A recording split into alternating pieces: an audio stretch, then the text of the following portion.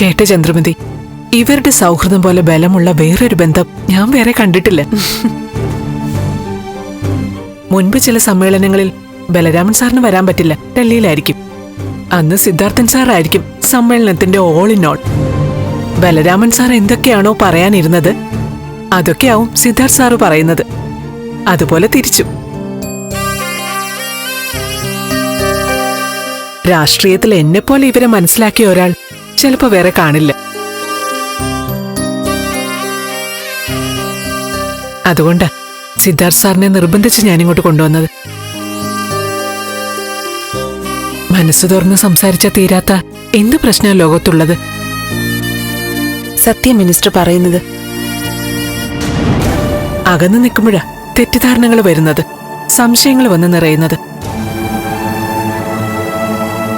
ആരുടെ തെറ്റുകാരണോ ഇവരുടെ ഇടയിൽ അകൽച്ച വന്നതെന്നറിയില്ല.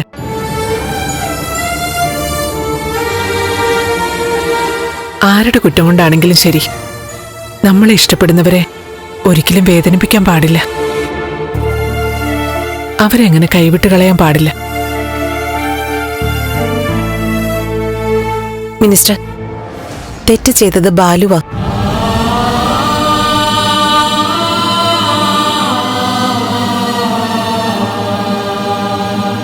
ഞങ്ങളുടെ ജീവിതത്തോട് അത്രയും ചേർന്ന് നിന്നവരെ ഇത്രയും തെറ്റിദ്ധരിക്കാൻ പാടില്ലായിരുന്നു.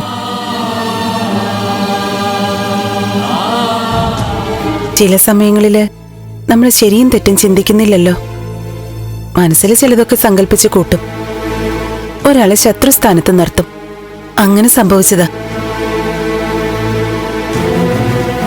അതിന്റെ പേരില് ക്ഷമ ചോദിക്കാൻ 100 വട്ടം തയ്യാറായതാ ഞങ്ങള്.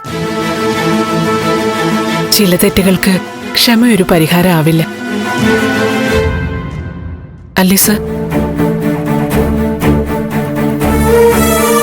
ഇവരുടെ കാര്യത്തിൽ ക്ഷമയ്ക്കപ്പുറം ഹൃദയം തുറന്ന് 2 വാക്ക് സംസാരിച്ചാൽ മാത്രം മതി.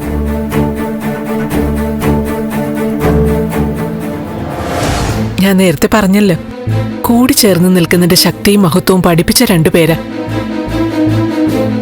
ഇവർക്കറിയാം എങ്ങനെയെല്ലാമാണ് പരിഹരിക്കേണ്ടത്, ഒരുമിക്കേണ്ടത് എന്നൊക്കെ.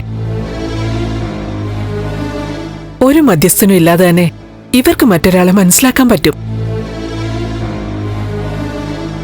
ഒരു കാര്യം ചെയ്യാൻ ചന്ദ്രമതി, നമുക്ക് അങ്ങോട്ട് മാറിയിരിക്കാം. ഇവര് സംസാരിക്കട്ടെ.